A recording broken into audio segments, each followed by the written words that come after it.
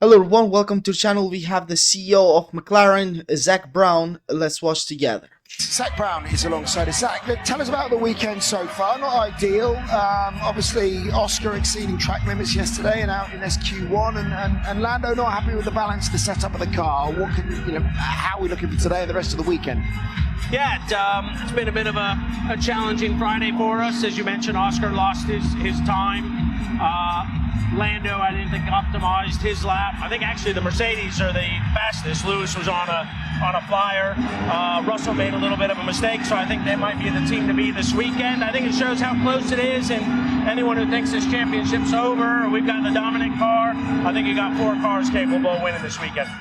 Red Bull, Mercedes, yourself, you've all brought updates. One of the things that we talked about on the ride into the track the other day was how accurate the sim was to translating that to the racetrack. Do you feel like that's been the case this weekend? Yeah, we only had the 1 hour, so and then obviously the qualifying, so we didn't get a lot of time. The upgrades now were in the increments, the milliseconds, not even the tenths. So the data's been good, but we weren't expecting some giant leap forward.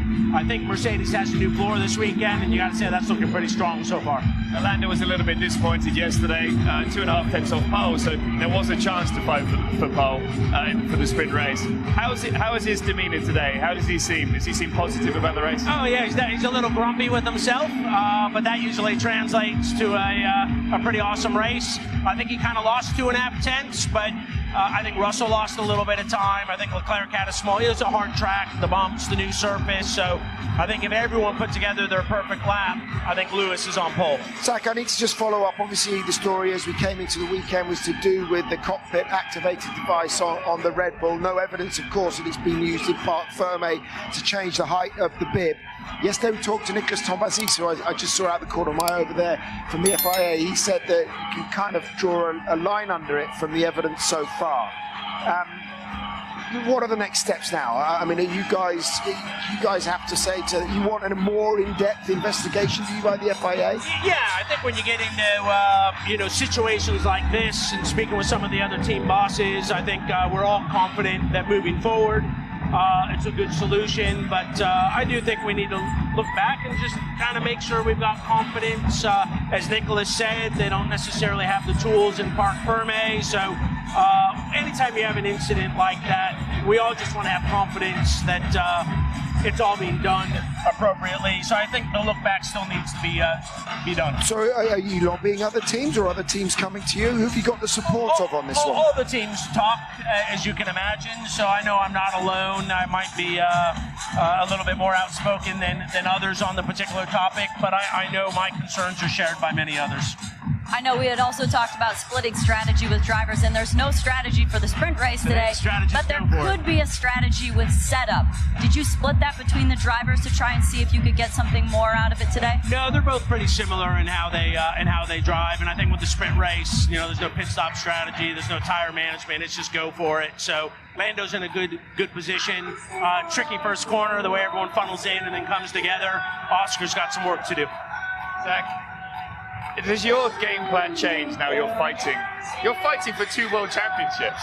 I mean, first of all, that puts a smile on your face as soon as you hear that, right? Yeah. But does your strategy change every race that you come into? A little bit. In one hand, we want to continue to do exactly what we've been doing to get us here, because that's what's got us still leading the world championship. But then on the drivers, maybe splitting strategies.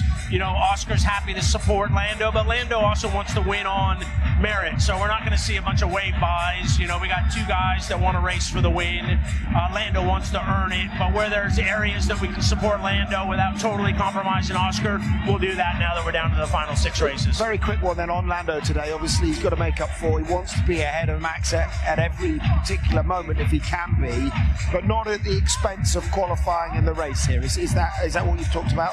Yeah, I mean, I don't think any driver is going to ever be irresponsible and kind of put their car at risk when we got qualifying to do in a few hours. Top man, thanks for that. Appreciate your time. I'll take the mic. Yeah, looks like Zak Brown doesn't want to let it go with the device thing of Red Bull, even though there is nothing to be discussed about anymore, because It has been clarified by FIA that the device has been used in Parc Ferme, and as Christian Horner said yesterday, that we have been using this device for almost 3 years now, and the FIA knew it, and the other teams knew it, and it was a public thing. And he said that every team has its own way of using it to adjust the height of the car, the T rate, as they say, or the BIP.